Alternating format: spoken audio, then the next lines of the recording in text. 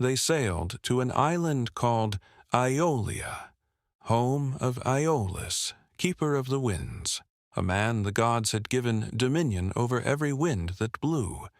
He welcomed them without question, fed them, kept them for a month.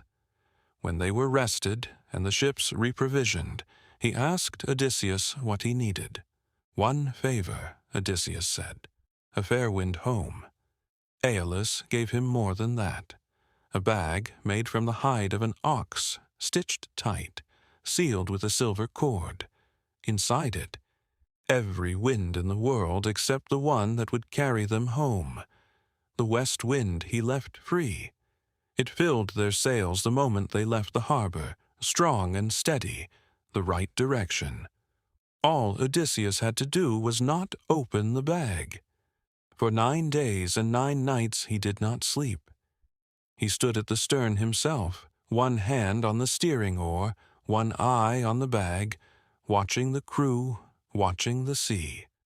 On the 10th day, Ithaca appeared on the horizon, close enough to see fires burning on the shore, close enough to see men moving on the hills, close enough that the men on the ships began to weep at the sight of home. Odysseus let himself sleep, for the first time in 9 days. The crew had been watching the bag, 9 days of watching it and drawing their own conclusions. Gold, they decided, silver, gifts Aeolus had given their king while they got nothing. They were almost home.